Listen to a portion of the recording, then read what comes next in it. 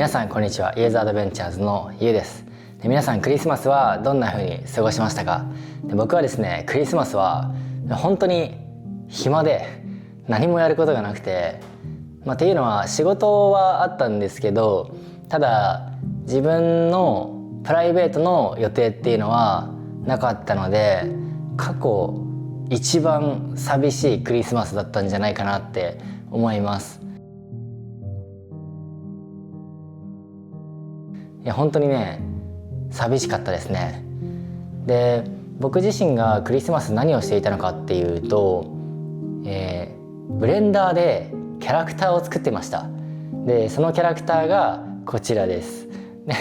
ちょっと可愛いモサモサしたねキャラクターを作ったんですけど、で最初の過程がこんな感じで、それから徐々に毛が生えて、で最終的にこの形になりました。でブレンダーはね 3DCG のソフトなんですけど、本当にいろんな可能性があるソフトだなって思って、自分が作りたいものを作って、そのキャラクターを 3D 空間で動かしたりとか、あるいは実写合成の中でね動かしたりとか、そういうことができるので、非常に面白い可能性が広がるソフトだなって思ってます。でブレンダー自体はね無料なので、興味がある方はね皆さんやってみてください。で僕は今ブレンダーまだまだ技術がないんですけど、でも少しずつ技術身につけていろんなことができるようになったらいいなって思ってます。ただブレンダーを使うためのコンピューターがですねすっごく高いんですよ。だから僕自身が今持ってる MacBook では対応しきれなくて、なので Windows のデスクトップのパソコンを買わなければいけなくなりそうです。とても高いのですごく残念だなって思うんですけど、でも自分自身が成長するためにはね仕方ないのかなって思って、なんか僕って結構本当に成長するために必要なものにすごいお金使うんですよ。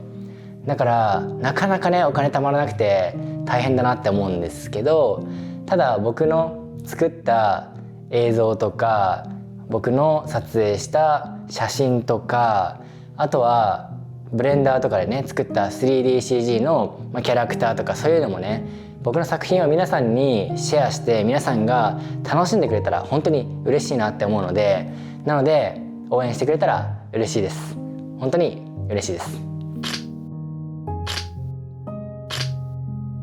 この動画で皆さんにお伝えしたいのは、今年1年間本当にありがとうございましたっていうことを皆さんにお伝えしたいなと思って、今回動画を撮影しています。YouTube の動画自体は今年そんなにアップロードできなかったんじゃないかなって思うんですけど、それでも全然僕が動画投稿しなくても動画楽しみに待ってくれていた人とか、あとは最近もね動画見てくれてる人とかに本当に感謝の気持ちを伝えたいなと思っています。 YouTube の動画ってショート動画とかと比べるとちょっと長いので、やっぱり動画作るのって少し大変だったりするんですよね。特に字幕を使ったりとかねするとやっぱ結構時間かかっちゃうなって思うので、なので YouTube の動画を作るの大変なんですよ。でも皆さんが動画を見てくれてコメントしてくれて、たまにインスタグラムでメッセージをしてくれて、それは僕にとって本当にモチベーションになっています。本当にありがとうございます。で今年1年間はインスタグラムすごい頑張ったなって思って、正直インスタグラムに関しては最近僕はねあまり調子が良くないんですけど、その分 YouTube の動画を少し投稿するようになって、で YouTube ね楽しいなって思うんですよね。で皆さんとコミュニケーション取れてる感じもするし、あとは YouTube の動画って伝えたいことを長く話すことができるので、なので僕が伝えたいことが皆さんに伝わりやすいプラットフォームなんじゃないかなって思うので、なので YouTube って実際作ってて楽しいなって思うんですよね。あとドローンで撮影する映像っていうのも基本的には16対9のアスペクト比なので、YouTube とかの動画の方が合ってるのかなって思いますし、今後ドローンの空撮の映像を皆さんにどんどんシェアすることができたら嬉しいなって思っています。でまだね鹿児島の動画見てない人はねぜひ見てください。僕がドローンで撮った映像も鹿児島の動画の中に入ってるので、とても綺麗に撮れたんじゃないかなって個人的には思ってるので、楽しんでくれたら嬉しいです。